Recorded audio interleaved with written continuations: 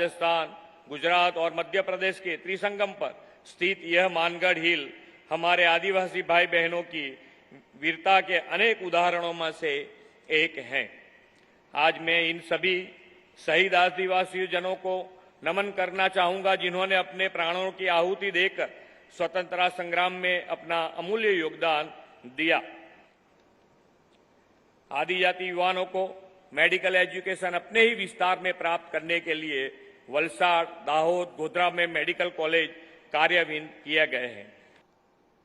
और अशोक जी, हमारी जो मुख्यमंत्रियों की जमात थी उसमें सबसे सीनियर थे, सबसे सीनियर मुख्यमंत्रियों में है। और अभी भी हम जो मंच पे बैठे हैं उसमें भी अशोक जी सीनियर मुख्यमंत्रियों में से एक है। ये राजस्थान, गुजरात, मध्य प्रदेश और महाराष्ट्र के लोगों की साझी विरासत है। परसों यानी 30 अक्टूबर को गोविंद गुरु जी की पुण्यतिथि थी। मैं सभी देशवासियों की तरफ से गोविंद गुरु जी को पुनः श्रद्धांजलि अर्पित करता हूं।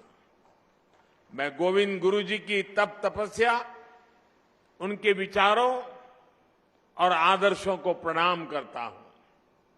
भाई और बहनों, गुजरात का मुख्यमंत्री रहते हुए मानगढ़ का जो क्षेत्र गुजरात में पड़ता है, मुझे उसकी सेवा का सौभाग्य मिला था।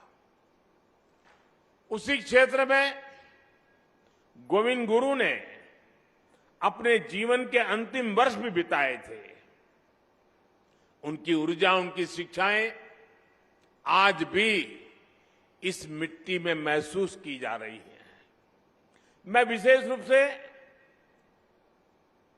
हमारे कटारा कनकमल जी का और यहां के समाज का भी आज सर झुका करके नमन करना चाहता हूं। गोविंद गुरु जैसे महान स्वतंत्रता सेनानी भारत की परंपराओं के, भारत के आदर्शों के प्रतिनिधि थे। वो किसी रियासत के राजा नहीं थे, लेकिन फिर भी वो लाखों लाखों आदिवासियों के नायक थे। अपने जीवन में उन्होंने अपना परिवार खो दिया, लेकिन हौसला कभी नहीं खोया। उन्होंने हर आदिवासी को, हर कमजोर, गरीब और भारतवासी को अपना परिवार बनाया। गोविंद गुरु ने अगर आदिवासी समाज के शोषण के खिलाफ अंग्रेजी हुकूमत से संघर्ष का बिगुल फूंका, तो साथ ही अपने समाज की बुराइयों के खिलाफ भी उन्होंने लड़ाई लड़ी थी। वो एक समाज सुधारक भी थे, वो एक आध्यात्मिक गुरु भी थे, वो एक संत भी थे, वो एक लोक नेता भी थे। उनके जीवन में हमें साहस, शौर्य के जितने महान दर्शन होते हैं, उतना ही ऊंचा उनका दार्शनिक और बौद्धिक चिंतन भी था।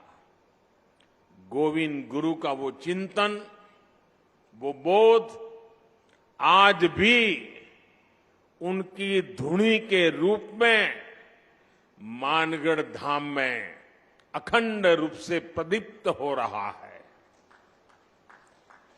और उनकी संप सभा, देखिए शब्द भी कितना मार्मिक है। संप सभा, समाज के हर तबके में संप भाव पैदा हो, इसलिए उन्होंने संप सभा के आदर्श आज भी एकजुटता, प्रेम और भाईचारा की प्रेरणा दे रहे हैं। उनके भगत अनुयायी आज भी भारत की आध्यात्मिकता को आगे बढ़ा रहे हैं। साथियों, 17 नवंबर 1913 को मानगढ़ में जो नरसंहार हुआ, वो अंग्रेजी हुकूमत की क्रूरता की पराकाष्ठा थी। एक और आजादी में निष्ठा रखने वाले भोले भाले आदिवासी भाई बहन, तो दूसरी ओर दुनिया को गुलाम बनाने की सोच। मानगढ़ की इस पहाड़ी पर अंग्रेजी हुकूमत ने 1,500 से ज्यादा युवाओं, बुजुर्गों, महिलाओं को घेर करके उन्हें मौत के घाट उतार दिया। आप कल्पना कर सकते हैं, एक साथ 1,500 से ज्यादा लोगों की जघन्य हत्या करने का पाप किया गया। दुर्भाग्य से आदिवासी समाज के इस संघर्ष और बलिदान को आजादी के बाद लिखे गए इतिहास में जो जगह मिलनी चाहिए थी, वो नहीं मिली। आजादी के अमृत महोत्सव में आज देश उस कमी को पूरा कर रहा है।